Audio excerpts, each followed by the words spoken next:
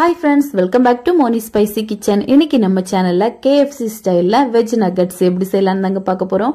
இது ரொம்ப டேஸ்டியா இருக்கும். வெளிப்பக்கம் பாத்தீங்கன்னா நல்ல கிரன்ச்சியா உள்ள நல்ல சாஃப்ட்டா இருக்கும். இது வந்து வெஜிடேரியனா இருக்கிறவங்களுக்கு கண்டிப்பா நீங்க செஞ்சு கொடுக்கலாம். இல்ல அப்படின்னா நம்ம சிக்கன்ல வந்து ரெடி பண்ணி சாப்பிடுவோம்ல, அதே சுவை தான் இதுல இருக்கும். ஆனா இது வந்து சோயாபீன்ல நம்ம ரெடி பண்ணி இருக்குது. சரி வாங்க இது எப்படி செய்யலாம் அப்படிங்கறத வீடியோ பார்த்து தெரிஞ்சுக்கலாம். அதுக்கு முன்னாடி நம்ம சேனலுக்கு இப்பதான் ஃபர்ஸ்ட் டைம் வரீங்க அப்படின்னா மறக்காம சப்ஸ்கிரைப் பண்ணிக்கோங்க.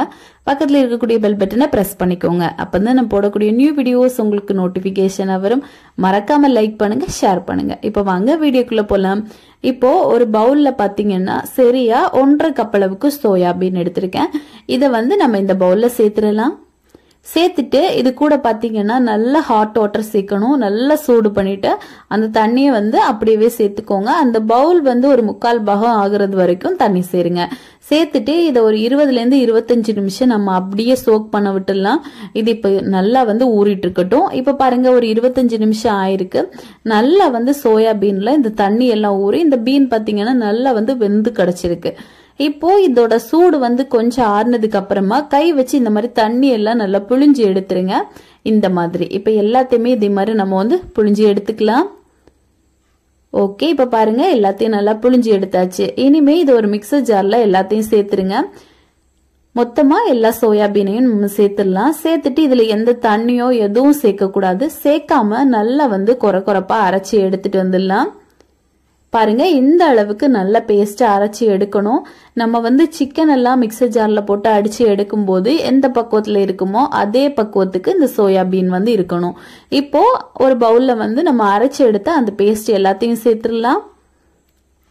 ஓகே, இப்ப எல்லாத்தையும் சேர்த்துருங்க. சேர்த்துட்டு இது கூடவே பாத்தீங்கன்னா ஒரு 1/4 டேபிள் ஸ்பூன் அளவுக்கு உப்பு சேர்த்துருங்க. அப்புறமா பச்சை மிளகாய் 1 வந்து குட்டி குட்டியா கட் பண்ணி சேர்த்திருக்கேன். 1 டேபிள் ஸ்பூன் அளவுக்கு இஞ்சி பூண்டு விழுந்து, அப்புறமா பாத்தீங்கன்னா ஒரே ஒரு பெரிய வெங்காயத்தை குட்டி குட்டியா கட் பண்ணி அதையும் வந்து இது கூடவே சேர்த்திருக்கேன்.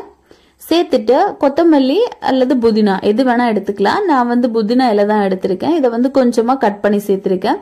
நீங்க கொத்தமல்லி கருவேப்பிலை எது வேணா நீங்க வந்து சேர்த்துக்கலாம். இப்ப இது கூடவே பாத்தீங்கன்னா ஒரு 1/2 டேபிள் ஸ்பூன் அளவுக்கு கரம் மசாலா, ஒரு 1/4 டேபிள் ஸ்பூன் அளவுக்கு பெப்பர் பொடி, அப்புறமா 1 டேபிள் ஸ்பூன் அளவுக்கு கடலை மாவு. நீங்க ஒரு 1 ல இருந்து 2 டேபிள் ஸ்பூன் வரைக்கும் சேர்த்துக்கலாம். சேர்த்துட்டு இப்ப இதை கரண்டி வச்சு நல்லா இந்த மாதிரி மிக்ஸ் பண்ணி எடுத்துக்கலாம். அப்புறமா கை வச்சு நல்லா கலந்துடுங்க. இந்த மாவு அப்புறமா இந்த வெங்காயம், பச்சை மிளகாய், உப்பு எல்லாமே பாத்தீங்கன்னா எல்லா இடத்துலயும் நல்லா படணும். அந்த அளவுக்கு நல்லா கை வச்சு பிசைஞ்சு எடுங்க. நீங்க பிசைய பாத்தீங்கன்னா இது நல்லா நம்ம கையில வந்து உருண்டை பிடிக்கிற அளவுக்கு நல்லா கெட்டியாகும். அந்த அளவுக்கு நல்லா வந்து நம்ம இந்த மாதிரி பிசைஞ்சு எடுக்கணும். இப்ப வந்து நகட்ஸ் எல்லாம் எந்த ஷேப்ல இருக்குமோ அந்த ஷேப்புக்கு நம்ம வந்து இதை ரெடி பண்ணி எடுத்துக்கலாம். பாருங்க இந்த மாதிரி லேசா இந்த மாதிரி கை வச்சு எல்லா பக்கத்தையும் லேசா வந்து ஒரு ஷேப்புக்கு கொண்டு வந்துட்டு நடுவுல பாத்தீங்கன்னா இந்த மாதிரி ஒரு குழி மட்டும் எடுத்து விடுங்க. இதே மாதிரி இப்ப எல்லாத்தையுமே ரெடி பண்ணி தனியா வச்சிடலாம். இப்போ இன்னொரு பவுல்ல சரியா 1/2 கப் அளவுக்கு மைதா மாவு இதை சேர்த்துடலாம். இது கூடவே ஒரு 1/4 டேபிள் ஸ்பூன் அளவுக்கு உப்பு, அப்புறமா ஒரு 1/4 டேபிள் ஸ்பூன் அளவுக்கு பெப்பர் தூள், இது இவ்வளவு சேர்த்துட்டு 1/2 கப் அளவு தண்ணி சேருங்க. சேர்த்து இது நல்லா வந்து கலந்தெடுத்து நம்ம மாத்தி வச்சிடலாம். இதுல டிப் பண்ணி நம்ம பொரிக்கிறதுக்கு இது தேவைப்படும்.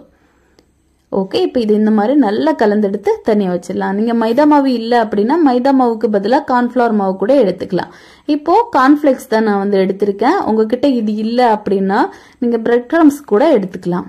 இதை வந்து நல்லா பவுடர் பண்ணிருங்க. இந்த மாதிரி நல்லா பொடி பண்ணிட்டு அதுக்கப்புறமா நம்ம வந்து ரெடி பண்ணி எடுத்துக்கலாம்.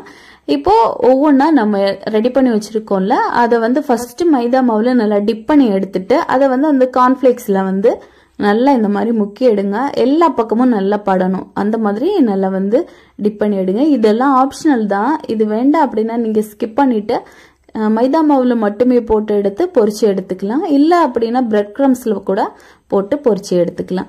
இப்ப வந்து நல்லா சூடா இருக்கக்கூடிய எண்ணெயில போட்டு பொரிச்சு எடுத்துக்கலாம். லோ மீடியம் ஃப்ளேம்ல வச்சுக்கோங்க, ஹை ஃப்ளேம்ல வைக்க வேண்டாம். இப்போ பாருங்க கொஞ்சம் கொஞ்சமா நல்லா வெந்துட்டு இருக்கு. எல்லா பக்கமும் நல்ல ஒரு கோல்டன் ப்ரௌன் கலர் வந்ததுமே நம்ம வந்து இதை வெளியே எடுத்துடலாம். இந்த மாதிரி திருப்பி போட்டு வேக வைங்க.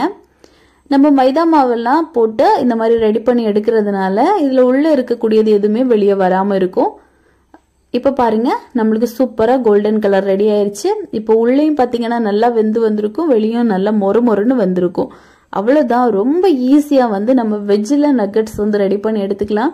நீங்க ஹோட்டல்ல இல்ல ரெஸ்டாரண்ட்ல இல்ல பேக்கரிகள்ல கூட இது வந்து கண்டிப்பா சாப்பிட்டிருப்பீங்க.